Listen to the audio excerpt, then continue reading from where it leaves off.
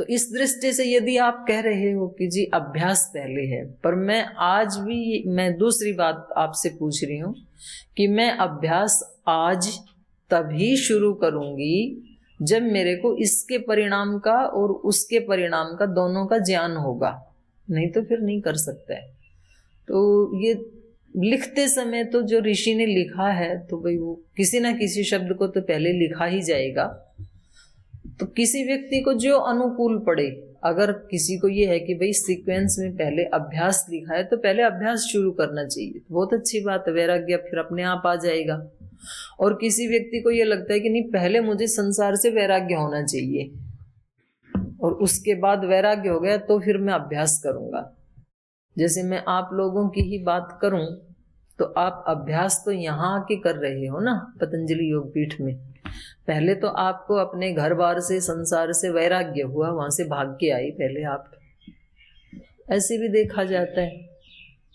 तो ये इनको अलग किया नहीं जा सकता। आप दोनों में से किसी भी एक चीज को शुरू कर दिए जो आपको अनुकूल है। वैराग्य अनुकूल है तो आप राग से मुक्त हो जाओ, और आप पहले से ही वैराग्य युक्त हैं तो अभ्यास शुरू कर दो। कुछ भी, दोनों में से कोई भी किया जा सकता है। इसी क्रम में एक और प्रश्न था जी। ये सूत्र स्वर सवाही विदुषो अपि तथा स्वर सवाही विदुषो अपि तथा आरूढ़ो अपि अभिनिवेशः। जैसे बताते हैं अभिनिवेश क्लेश जो है वो मृत्यु का भय, मृत्यु का भय सबको ऐसा इसमें बताया है जी। जैसे अमुक व्यक्ति उसको तत्व बोध हो गया, मतलब कि मैंने पिछले कर्म जो करे थे वो बहुत खराब थे, बहुत ही मैंने निम्न कोटि के कर्म करे, लेकिन अब मैं अपना जीवन सुधारना चाहता हूँ और संतों के पास जाकर सुनता है कि ये जीवन जो है बहुत ही अनमोल है, इसी जन्म में तुझे अच्छे कर्म करने चाहिए। अब मान लीजिए कुछ ऐसी आपदा आ गई जिसमें उसे पता है कि मेरे पिछले कर्म खराब थे, मुझे अगले जन्म की तैयारी करनी है या मुक्त होना है, तो वो अपने मृत्यु से बचने के लिए कुछ ना कुछ प्रयत्न करेगा। तो ये भी क्या अभिनिवेश क्लेश में आएगा क्या? नहीं, बचने के लिए प्रयास करना, इसीलिए बचना चाह रहा है कि उसका भाव ये नहीं है कि अरे हाँ मैं समझ रही हूँ, मृत्यु हो जाएगी तो हाँ हाँ बस इसी भय, मतलब बिना भय के इस ज्ञान से विवेक से युक्त होकर के वो जीना चाहता है, यदि अपने कर्मों को सुधारना हाँ, चाहता है तो वो अलग श्रेणी में आएगा फिर कि मेरे को साधना करनी है। मृत्यु का तो स्वरूप उसको समझ में आ गया, शरीर मिला है तो मृत्यु भी होगी ही एक दिन, उस बात को वो स्वीकार कर रहा है।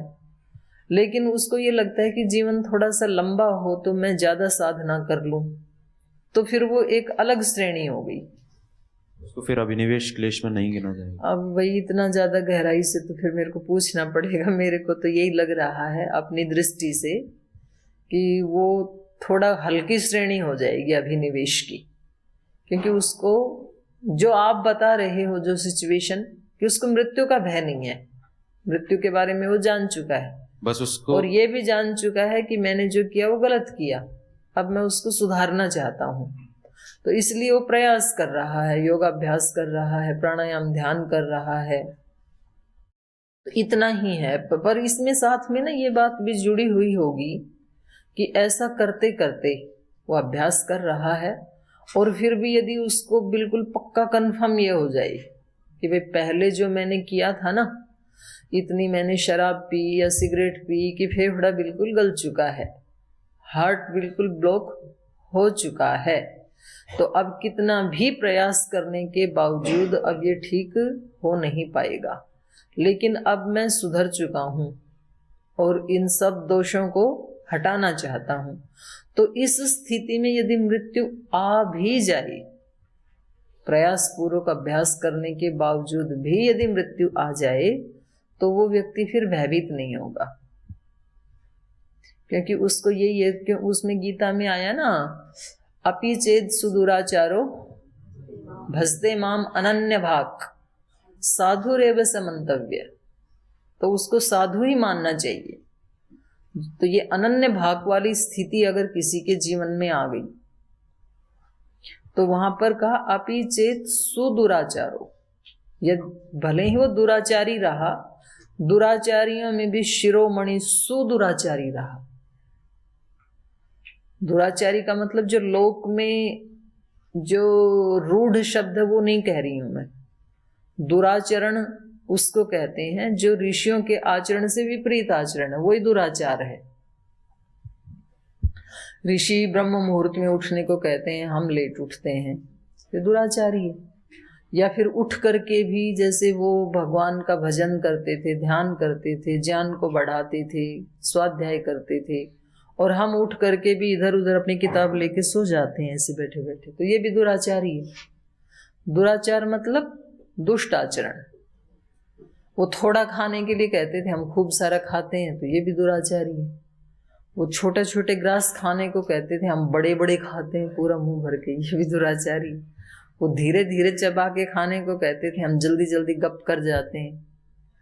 दुराचार का मतलब श्रेष्ठ आचरण के, आचार्य के जो भी विपरीत है वो सब दुराचार की श्रेणी में ही आता है। तो वहां पर गीता में कहा अपि चेत सुदुराचार है, उसको कुछ भी ज्ञान नहीं रहा तो भी यदि वो इस क्षण सुधर रहा है, उसको ज्ञान हो गया है कि भाई मैंने किया वो गलत था और अभी मैं ठीक करना चाहता हूं, तो प्रयास तो वो जरूर करेगा लंबा जीने के लिए, लेकिन मृत्यु आ भी जाए उसको भी वो स्वीकार करेगा, क्योंकि उसको सुनिश्चित रूप से पता है कि शरीर मुझे दोबारा मिल जाएगा।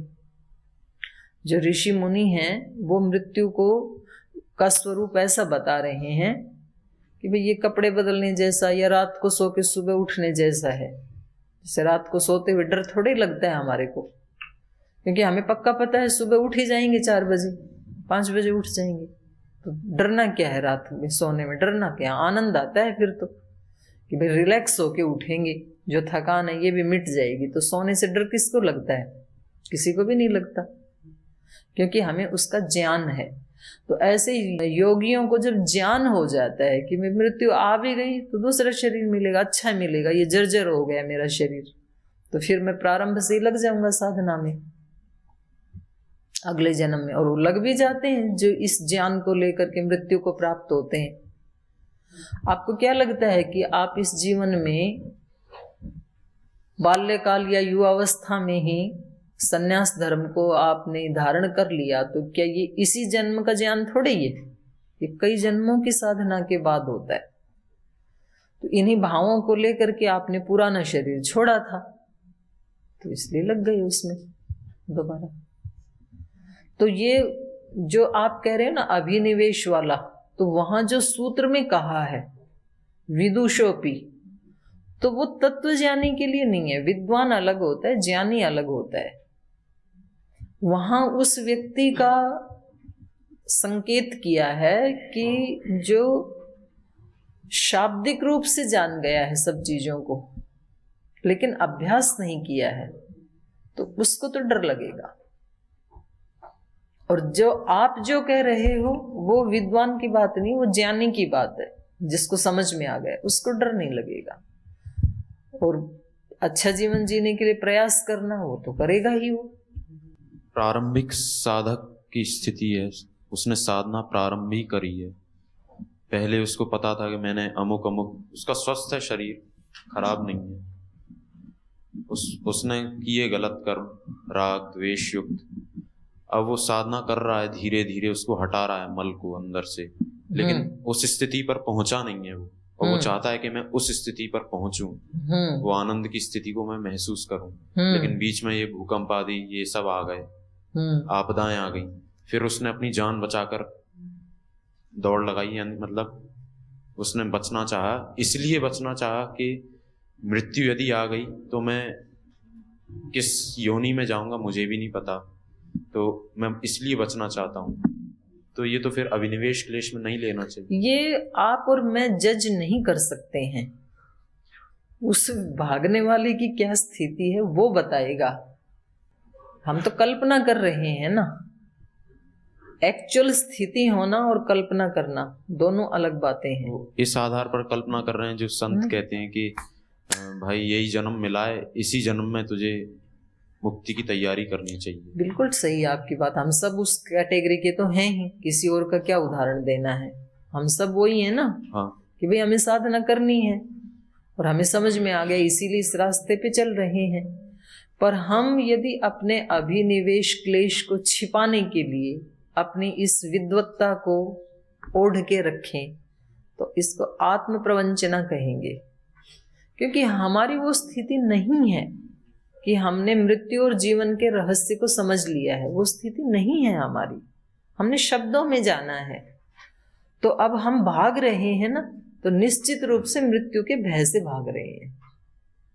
अब आप इसका उल्टा प्रति प्रश्न ये मत करना कि जो ज्ञानी है वो दब के मरेगा क्या, वो नहीं भागेगा क्या? बिल्कुल भागेगा, पर उसके भागने में और हमारे भागने में अंतर होगा, और वो अंतर उस व्यक्ति को ही पता लगेगा। बिल्कुल स्पष्ट पता लगता है उस समय हमारे चित्त की जो स्थिति होती है ना। जिस छत के नीचे बैठे हैं और सच्ची में भूकंप आ जाए तो इस चर्चा को सारे भूल ही जाएंगे, फिर वो वास्तविक स्थिति है। तो ऋषियों ने बिल्कुल स्पष्ट कहा है कि भाई ये जो जानकारियां लेकर के जो अपने आप को विद्वान मान रहा है तो उसके पैर टिकेंगे नहीं, फिर उखड़ ही जाएंगे जिस समय वो अवसर आएगा। और जिसने सचमुच अभ्यास किया है वो नहीं उखड़ेगा, वो जमा रहेगा इसमें। जी, और कोई प्रश्न है? ओम माता जी, जी। प्रणाम। मेरा प्रश्न ये था कि जो भागवतिक जो चेतना है वो कैसे समस्त हमारे जो मतलब इस संसार के जो भी दुख है उसका समाधान कैसे है? उस चेतना में पहुंचने के बाद जितने भी दुख इस संसार में कैसे समाधान है वो उसका? दुख नहीं, सुख भी समाप्त हो जाएंगे। दुख और सुख दोनों ही समाप्त हो जाएंगे। जी हाँ, तो आप ये मत सोचना कि सुख सुख तो बच जाएंगे। इसी चक्कर में तो सारे करते हैं साधना कि सुख तो सारे चाहिए और दुख एक भी नहीं चाहिए।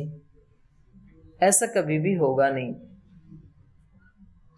दुख मिटाना चाहते हो यदि, तो सुख से भी मुक्त होना पड़ेगा आपको। फिर सुख भी नहीं चाहिए, क्योंकि जिनको हम सुख कहते हैं वो भी दुख से ही लिपटे हुए हैं। विशुद्ध सुख तो केवल एक मोक्ष का ही है या ब्रह्म का है, ऐसे ही हमारे ऋषियों ने बताया है। तो उसका उपाय क्या है वो तो पढ़ ही रहे हैं हम। उसका उपाय तो यम नियम आसन प्राणायाम प्रत्याहार धारणा ध्यान समाधि, यही है उपाय। तो उसी से ही होगा। और एक शब्द में कहें तो योग, जो पूज्य गुरुदेव रोज कहते हैं, तो योग ही समाधान है उसका। मतलब हम पूछते हैं ऐसा कि उस दृष्टि में आने के बाद कैसे समाधान है? जैसे मतलब हमने साधन किया, जैसे योगी जन साधन करते हैं, उस दृष्टि में जब आ जाते हैं भागवतिक चेतना में, तो कैसे समाधान है? मतलब अपना तो उनका समाधान हो ही गया, जो संसार के दुखों का, जैसे संसार के दुखों का वो नहीं, संसार के दुख दूर करने में उस व्यक्ति को खुद निमित्त बनना पड़ेगा। अगर वो अपने ही बलबूते पे दूसरों के सारे दुख दूर कर सकते तो आज तक तो कोटि कोटि ऋषि हो चुके हैं, तो दुख क्लेश मात्र भी बचना ही नहीं चाहिए था संसार में। वो नहीं कर सकते। वो उन व्यक्तियों को माध्यम बना के दुख दूर कर सकते हैं। महाराज जी किस व्यक्ति का कैंसर ठीक कर सकते हैं? जब कैंसर वाला व्यक्ति खुद निमित्त बनने के लिए तैयार हो तब। चलो ऋषियों की बात छोड़ो, मैं तो कहती हूँ भगवान के पास तो पूरी सामर्थ्य है दुख दूर करने की। तो भगवान जी, और भगवान करुणालु भी हैं, दयालु भी हैं। इतने करुणालु हैं तो क्यों ना वो ही सबको दुख मुक्त कर दें? क्यों नहीं करते हैं बताओ आप? उनके पास तो पूरी पावर है। क्योंकि कर सकते नहीं है। जब तक वो आत्मा खुद निमित्त नहीं बनेगी ना, तब तक नहीं कर सकते, इम्पॉसिबल है। वो निमित्त जब बनेंगे, जब वो भी चाहेंगे आत्माएं, तब फिर सबकी हेल्प काम करने लगती है। ये जो सिद्ध महात्मा हैं, सिद्ध शक्तियां उनकी सहायता करने लगती हैं। कुछ जो योगी इस सृष्टि में विचरण करते हैं सूक्ष्म शरीर में, वो भी सहायता करने लगते हैं। जो देवत्व योनि को प्राप्त हो गई जो आत्माएं, वो देवता भी उनकी सहायता करने लगते हैं। तो वो कब करने लगते हैं? जब वो व्यक्ति निमित्त बनता है तब करते हैं। नहीं तो हम सब की भी कर दें वो तैयार भी हैं, लेकिन हम तो निमित्त बनने को तैयार नहीं है ना। हम तो निमित्त बनने को तैयार हैं राग द्वेष में, लड़ाई झगड़े में, आलस्य प्रमाद में। तो जब हम उनके निमित्त बनने को तैयार हैं तो दुर्गुण हमें निमित्त बना लेंगे, और यदि हम उनके निमित्त बनने को तैयार नहीं है तो देवता हमें निमित्त बना लेंगे। किसी ना किसी का निमित्त तो बनना ही है हमें, देव या असुर में से। तो श्री राम दैवी शक्तियों के निमित्त बन गई, रावण आसुरी शक्तियों का निमित्त बन गए। तो वो ही चैनलाइज होने लगती हैं उस आत्मा के माध्यम से। ठीक। जी बेटा। ओम दीदी, जो भ्राता जी ने बोला था कि अभ्यास वैराग्य अभ्याम, इसमें पूर्व किसका प्रयोग, अभ्यास और वैराग्य का? तो इसमें समास होके अभ्यास और वैराग्य में द्वंद्व समास करके आजाद्यंतम से इसका अभ्यास का पूर्व प्रयोग होता है। तो ये वही व्याकरण की दृष्टि से आपका समाधान कर रही हैं देवशौर्या जी। ठीक जी। ओम दीदी जी प्रणाम।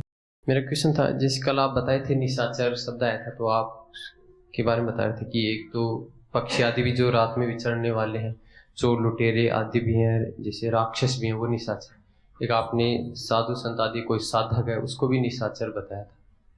तो उसमें था मेरा कि साधु संत आदि जैसे उसको नेगेटिव ही अर्थ में ले रखे थे हम, तो अब तक वो फिर संसार में वो हो जाते हैं ना, संजय क्या बोलते हैं उसको, प्रतिष्ठित हो जाती हैं। जैसे गो को गो किस लिए कहते हैं? गो गमनाथ। अब गमन तो बकरी भी करती है, तो उसको गो क्यों नहीं कहते हैं? क्योंकि वो प्रतिष्ठित हो गया ना लोक में कि हम इसी प्राणी को गो कहेंगे। गमन भैंस भी करती है, हाथी भी करता है, मनुष्य भी करता है, गमन तो सभी कर, चींटी भी करती है। हाँ वो तो ठीक है, वो तो प्रमाण है उसका।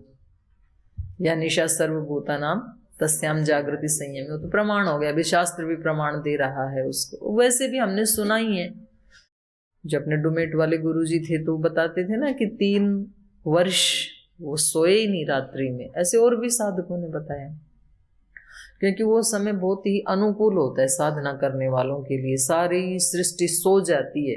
अब जैसे दिन में ना सुबह सुबह सबकी कुछ इकट्ठा करने की प्रवृत्ति, जिसको परिग्रह कहा है, अपरिग्रह का उल्टा, कि कुछ ना कुछ बटोर लें, तो इस समय उसकी अधिकता है।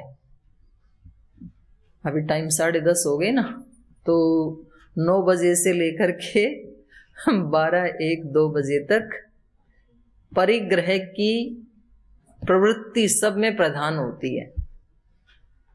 तो ऐसे समय में अपरिग्रह का अभ्यास करना अत्यंत कठिन है। सच्ची बात है ये तो साइंस ने भी प्रूव कर दिया भाई। हमारा एक छोटे से छोटा सेल भी पूरे ब्रह्मांड के साथ कनेक्ट है, प्रभावित करती हैं चीजें हमें। हम अकेले नहीं हैं बिल्कुल भी। कोई व्यक्ति कितना भी बोल ले, कुछ लोग ऐसे करते हैं मूढ़ता में नाटक कि मुझे संसार से कोई लेना देना नहीं, मैं सबसे अलग हूं। कमरे में मूंद लेते हैं अपने आप को। मूंदने से आप अलग हो सकते नहीं हैं, सामर्थ्य नहीं है आपकी। शंकराचार्य जी का यही तो था अद्वैतवाद। हर चीज यहां एक दूसरे से, पूरे ब्रह्मांड से कनेक्ट है। आप यहां एक विचार भी कर रहे हैं, इसका प्रभाव पूरे ब्रह्मांड के ऊपर पड़ रहा है। तो वो उदाहरण देते हैं, जैसे कोई प्रशांत झील है, उसमें किसी ने एक ऐसे कंकर फेंक दिया बीच में, तो वहां एक लहर उत्पन्न होती है, फिर वो दूसरी को, फिर तीसरी, चौथी, 5वीं और लास्ट तक जाकर के शांत होती है वो। तो उस छोटी सी कंकरी ने जो वहां पर हमने डाली जिस वेग से, उस कंकर ने पूरी झील के पानी को प्रभावित किया है, न कि वो जहां गिरी उसको प्रभावित नहीं किया। तो साइंटिस्ट तो बोलते हैं अगर यहाँ कोई एक तितली अपने पंख ऐसे ऐसे फड़फड़ाती है तो वो ही कहीं लाखों किलोमीटर दूर किसी देश में जाके तूफान लाने का काम कर सकती है। वो पूरे ब्रह्मांड को प्रभावित कर रही है। ऐसे और भी बहुत सारे रिसर्च हुए हैं। किसी टापू के ऊपर किसी बंदरों को छोड़ा और वहां पर नीचे वो दबा दिए कंद, और इधर वो जो कंद है उनके ऊपर जो पत्ते निकलते हैं वहां भी बंदरों को छोड़ा, तो उन्होंने वो उखाड़ा, पत्ते को पकड़ के कंद को उखाड़ा, और वहां टापू पे उन बंदरों को कुछ भी मिल नहीं रहा था। मतलब जानबूझ के ही रिसर्च किया उन्होंने। एक ग्रुप को वहां छोड़ दिया समुद्र के बीच में टापू पे, उसके ऊपर कोई वनस्पति पेड़ पौधे कुछ नहीं है, पर वो कंद उन्होंने छिपा दिए वहां जमीन के नीचे, दिख नहीं रहे हैं वो। और इधर एक ग्रुप को छोड़ा वानरों के, और वो उनसे कम से कम 10-20 हजार किलोमीटर दूर थे, उनको छोड़ दिया, और वही कंद पत्ते समेत वहां पर लगा दिए, और कुछ भी खाने को नहीं था और वहां पर। तो जब बंदर भूखे मरने लगे तो उन्होंने उसको पत्ते को पकड़ के उखाड़ा और नीचे से वो कंद है उसको छील के खाने लगे। बिल्कुल उसी क्षण उसी समय में वो जो टापू पे बंदर थे उन्होंने जमीन से उस कंद को निकाला और खाने लगे। रिसर्च है इसकी। तो हम इस ब्रह्मांड से जुड़े हुए हैं। तो इस समय जो सारी प्रवृत्ति सब लोगों की है वो हमें प्रभावित कर रही है। आपको पता है जब परम पूज्य गुरुदेव इस मंच पे बैठे होते हैं तब हमारी अलग प्रकार की चेतना होती है, क्योंकि वो चेतना हमें प्रभावित कर रही है। और अभी भी आप इस आश्रम में बैठे हैं ना, तब भी प्रभावित कर रही है, दूर से भी। बस वो ऐसा ही है कि एक तो बिल्कुल अग्नि के निकट बैठते हैं तो ज्यादा ताप मिलता है, एक थोड़ा एसी चल रहा है गर्म वाला, आप वहां बैठे हैं तो अलग ताप मिलेगा। तो वो अंतर होता है। अगर यहाँ पर महाराज जी कहें कि ठीक है अब मैं तो 20 वर्ष के लिए उधर जा रहा हूँ देवप्रयाग, और फिर आप यहाँ पे बैठे, तब चित्त की अलग स्थिति होगी। तो हमें प्रभावित करती हैं चीजें, सबकी चेतना, एक दूसरे की चेतना एक दूसरे को प्रभावित करती है। इसलिए लोक कल्याण की भावना से भी व्यक्ति को अपने दोष दुर्गुणों के ऊपर दमन करना चाहिए। यहाँ पर रह रहे हैं ना सब साधु साध्वी, तो चलो मेरा उद्देश्य भले ही नहीं है, मैं ये समझ लूं कि भाई मेरे को ठीक है आराम से रहने को मिल रहा है, खाने को मिल रहा है, इतना पर्याप्त, मेरे को भगवान का दर्शन नहीं करना, तो भी मुझे इसलिए योगाभ्यास या व्रताभ्यास करना चाहिए कि हो सकता है मेरे पड़ोस में जो रह रहे हैं उनकी बहुत ऊंची भावना हो, तो उनकी हेल्प करने के लिए ही कम से कम मुझे उस एनवायरनमेंट की रक्षा करनी चाहिए। तो मैं कहना ये चाह रही थी आपको कि ये योगी जन जो है ये रात्रि को इसलिए जगते हैं कि हम सब मनुष्यों की जो अज्ञान अविद्या से जनित प्रवृत्तियां हैं, भावनाएं हैं, विचार हैं, वो रात को सब शांत हो जाते हैं, सब सो गए, तो ये सारी प्रकृति भी शांत हो गई। फिर भावनात्मक दृष्टि से, फिजिकली तो भगवान कर देता है सूर्यास्त के बाद, और मानसिक और भावनात्मक दृष्टि से जब सारे सो गए तो उनकी जो राग द्वेष की भावनाएं थी वो भी इतनी देर के लिए प्रसुप्त अवस्था में चली गई। कोई भी बहुत दुखी व्यक्ति, राग या द्वेष से युक्त व्यक्ति जब सो जाता है तो उस समय थोड़ी वो राग द्वेष से युक्त है, प्रसुप्त अवस्था में ना, उस समय वो उसको परेशान नहीं करेंगे ना, उसको नहीं करेंगे, दूसरे को भी नहीं करेंगे, तो वो बहुत अच्छा टाइम है। और ऐसा ही सुबह होता है, जो 3 बजे उठते हैं या 3:30 उठते हैं, तो उस समय ज्यादातर लोग नहीं उठते हैं, उठते भी हैं तो कोई योगी ही उठते हैं, तो वो तो हेल्प ही करेंगे हमारी। तो 4 बजे तक, 4:30 बजे तक वही आत्माएं उठती हैं जो या तो पहले से ही योगी हैं या तो जो योग साधना कर रहे हैं, तो हेल्पफुल ही वो टाइम हमारे लिए। और उसके बाद 7-8 बजे जब उठ के बोले जी हम तो क्यों 3 बजे उठ के साधना करें, 8 बजे उठ के कर लेंगे, तो फिर वो सब की भावनाएं भी प्रभावित करने लगेंगी, तो बड़ी दिक्कत आ जाएगी फिर। तो इसलिए उनको निशाचर कहा है, लेकिन वो योग रूढ़ हो गया केवल असुरों के लिए या उन प्राणियों के लिए। जैसे अभी आप बताया भी कि जैसे दिन में रजस प्रधान रहता है, परिग्रह का भाव रहता है, तो रात्रि को तो जैसे बोलते भी हैं तमस प्रधान रहती है, रात्रि सब सो जाते हैं, उस समय वो साधना करेगा तो सबकी भावना उस समय प्रभावित नहीं करेगी कि सब तमस में है, उस समय उसको तमोगुण केवल खराब ही होता है ऐसा हमने मान लिया। तमोगुण भी साधना में सहायक है। अगर व्यक्ति सोए नहीं तो साधना ना कर पाए भाई। तो आप ये मत सोचो कि रात में तो तमस प्रधान होता है तो साधना कैसे होगी। तो तमोगुण जो है वो शांति लाने के लिए भी तो हेल्प करता है ना। अगर तमोगुण ना होना तो आप यहाँ बैठ के रामायण ना पढ़ सको। आप जो स्थिरता से बैठे हो 1 घंटे से, ये किसका प्रभाव है? तमोगुण का है, सत्वगुण का नहीं, तमोगुण का। शरीर स्थिर तमोगुण में ही होता है ना। तो नहीं तो फिर आप हिलते डुलते ही रहे इधर उधर, सारे कमरे में इधर उधर हिलते डुलते भागते रहे तो कैसे पढ़ाई हो फिर। तो चलिए आज की कक्षा तो यहीं विराम लेते हैं। प्रश्न उत्तर की चर्चा में पूरा समय हो गया, तो मारीच क्या उत्तर देंगे वो हम कल पढ़ेंगे। आज यहीं विराम लेते हैं।